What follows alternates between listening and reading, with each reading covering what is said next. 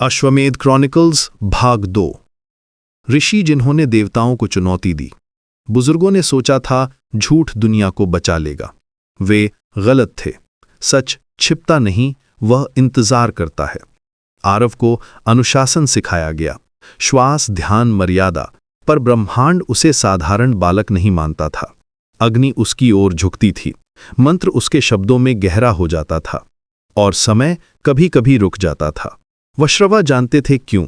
देवता हथियारों से नहीं डरते, वे समझ से डरते हैं। बहुत पहले एक समूह था, राजाओं का नहीं, देवताओं का नहीं, ऋषियों का, जो मानते थे देवता सृष्टिकर्ता नहीं, वे प्रशासक हैं।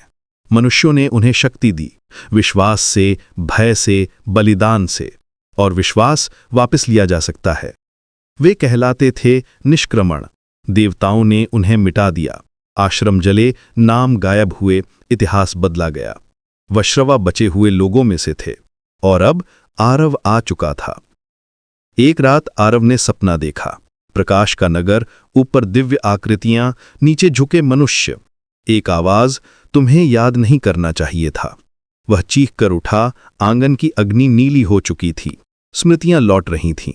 पूरे भारत में विद्या अस्थिर होने लगी, यंत्र टूटने लगे, मंत्र भटकने लगे, अस्त्र जागने से मना करने लगे, और तक्षशिला के खंडहरों में एक परिषद फिर से इकट्ठी हुई।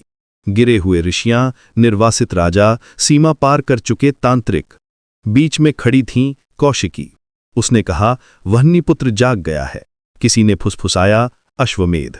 यह घोड़े का यज्ञ नहीं था, यह था इच्छा का बलिदान, भाग्य को बांध देने की विधि, जिसके लिए चाहिए था एक जीवित माध्यम, आरव। वश्रवा उसे जंगल के भीतर ले गए, एक स्थान पर जहां देवताओं ने बोलना सीखा था।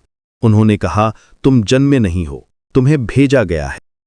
आरव ने शांत होकर पूछा, क्या देवता अपना भाग्य चुनते हैं?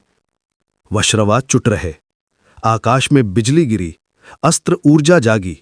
देवताओं ने देख लिया था, धरती के नीचे सर्प आंखें खुलीं, नाग जाग रहे थे, क्योंकि जब अग्नि अपना उद्देश्य याद करती है, युद्ध आता है, और मौन का युग समाप्त हो रहा था।